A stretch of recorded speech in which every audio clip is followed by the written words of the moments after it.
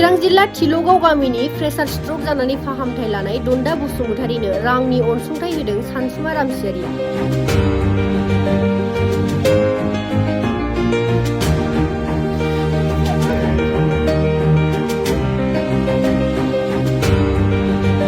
सानसुमा रामसियारिया उदालगुरिनिफ्राय चिराङाव फैनानै दुखुथिया नखरनो राङारि मदद होफैदों। नंगौ 13 नं चिरां बिटिसि बियाब एबा 19 नं सिडली आसाम विधानसभा बियाबनि सिङाव गोग्लैनाय बामोनगाव बिसिडिसिनि थिलगाव गामिनि थागिबि दन्दा बसुमतारीया प्रेसार स्ट्रक जानानै गुवाहाटीनि स्वागत देहा फाहामसालियाव फाहामथाय लागासिनो दं।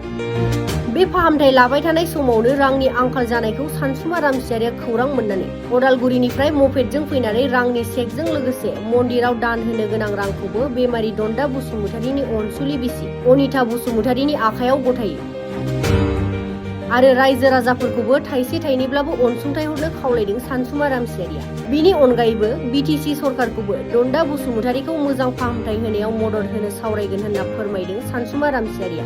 सानसुमा रामसियारिनि दुखुथिया नखरनो बेबायदि रां अनसुंथाय होनायखौ गामिनि रायजो राजाफोराबो साबायखर बावदों। गोदान जायगानिफ्राय फैनानै सानसुमा रामसियारिया गावनि हाजासेखौ नङाबाबो अननानै एसे गावनि गोसोजों अनसुंथाय होलांबाय।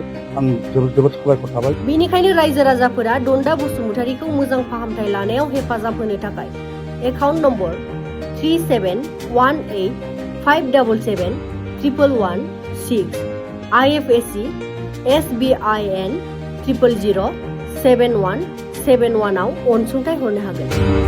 बिनिफ्राय बख'नो आं हाया, दिनै दासिमबो फैसाखौनो आं जगार खालामनो हायाखै। 10-12 लाख फैसाखौ आं बबेहाय मोननानै आंनि फिसायखौ बख'नानै लाबोनो हागोन। आं बेखौनो गोसो बयखौबो रायजो राजाखौ खावलायहरो। थाइसे थाइनै जा हायो थाबैनो आंनि फन नाम्बाराव सोनानै हरोबा आं मोजां मोनो। खुलुमबाय रायजो राजानि थाखाय। आंथ' दा अनसुंथाय हरनायखौ जायफोर आंनि बर' आंगो लोगोफोर बा बर' समाजा जोंना हरबाय गोसो गुदुङै, सोरबा 100 हरबाय, सोरबा 1500 हरबाय।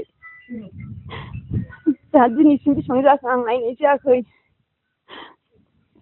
आङो बे आंनि फिसायनि थाखाय, जिउखौ बासायनो थाखाय अनसुंथाय हरनायखौ आं जोबोरैनो मोजां मोनदों गोसो गोरबोजों। नाथाय आरो हाजासे जायफोर हायो गोसो गुदुङै हरबावनो आं खावलायदों। दिनै आंनि फिसाया मोजाङै थाबैनो रिलिज खालामनानै आं मोनबोथों, बेखौनो आं खावलायो। दिनै आं मा बुंबावनो, बुंनांगौखिनिखौ आं बुंजोबनोबो हाला। आंनि दुखुआनो सौथुफैबाय। दिनै आं एफा बुरजा फैसाखौ अबाव मोनो, 10-12 लाख फैसाखौ आं अबावहाय मोनगोन। आं बायदि मानसिया दिनै आंहा फिसा हौवा गैया, फिसा हिनजाव गोजा। दिनै धन सम्पति फाननोबो आं फानखाजोब्बाय गासिखौबो। दिनै 10-12 लाख होबासो आं दिनै आंनि फिसायखौ बख'नानै मोनबोगोन। बिनि थाखायनो आं रायजो राजाखौ खावलायो, बिजायो जा हायो थाइसे थाइनै बिथांमोना हरोबा आं गोसो गोरबोजों मोजां मोनबावगोन। आरो आंनि फिसायाबो सिगां समाव मोजां समाव सोरबाफोर बेबायदि जानाय भिडिअखौ नायनानै हरखादों, मेरला हरदों, सोरनिबा 50, सोरनिबा 100-200 बेबायदि सोनानै हरदों। बे समावसो आङो आंनि फिसायाबो सोनानै हरनायखाय गोसोखांनानै दाख्लै जोंहा सोमदोन सारा बेखौ लिंहरनाय जादों। बिनिफ्राय फैबायबो एसे 10-15 हाजारसो फैबाय खोमा। दिनै आरो आङो बेल'जों जाया साननानै आं गोसो गोरबोजों बुंनो लुबैयोदि जा हायो बिथांमोनहा आंनि फिसायनि जिउखौ बासायनो थाखाय हाजासे जा हायो बेखौ हरजाबावनो लुबैदों आं दिनै। ओरैनो माबायदि जाखो नोंथांनि फिसाया दासिम? दाथ' एसे साबसिनजों हामसिन मोजां सानफा एफा मोजाङै फैगासिनो। बिनिखायनो आं हजोंहाय इसिबां मानि गोबाव दोननो हाला। डक्टरफ्रा होनदों मास मोनथामानो दोननांगोन होनदों। दा मास मोनसेयानो जायाखै आं फिसायखौ दोननाया। बेयावनो आं 15-20 लाख फैसा गारनांगौबा आं बाव दोननो हानाय नङा सानो मोनो। आं बाव दोननो हानाय नङा। बेनिखायनो आङो बे मेडिकेलनिफ्राय बख'नानै दा जोंहा बे थिलगावनि जोंनि गामिनिनो दन्दा बसुमतारीया बेमाराव गोलैसोनानै दं। दा रायजो राजाफ्रा अननानै बे बेमारखौ एसे फाहामनो थाखाय अनसुंथाय अननानै रायजो राजाफ्रा हरोबा आं बेखौ गोजोननाय मोनगोन आरो बे न'खरनाबो गोजोननाय मोनगोन। आं बेखौ होननानै आसलथे मा जामारदोंमोन? जानाया मानसिया सिगाङाव खर' सारोम मोनदोंमोननो, खर' सारोम मोननानै ओमफ्राय न'आव उन्दुदोंमोन। बे उन्दुनायनिफ्रायनो ओरै राव गैहैला आरो प्रेसार स्ट्रक मोनदों जाहैदों डाक्टारा। बेबायदि जादों आरो दा बियो गुवाहाटि स्वागत हस्पिटालाव दङ। दा बेखौ बिलाथ' लामैनो जाथारबाय। दा माखासे दाख्लै हरबाय बायदिसिना बिदिनो सम्पति फाननानै दा जेबो राहा गैला।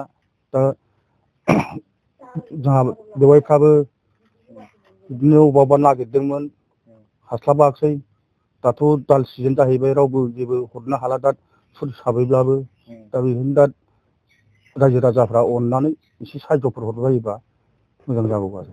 गोजान जायगानिफ्राय बेलेग जिल्लानिफ्राय बे न'आव फैनानै सानसुमा बिथाङा न'आव गावआ बेसेबां हायो अनसुंथाइखौ होलांबाय, बेनि सायाव मा खालामो?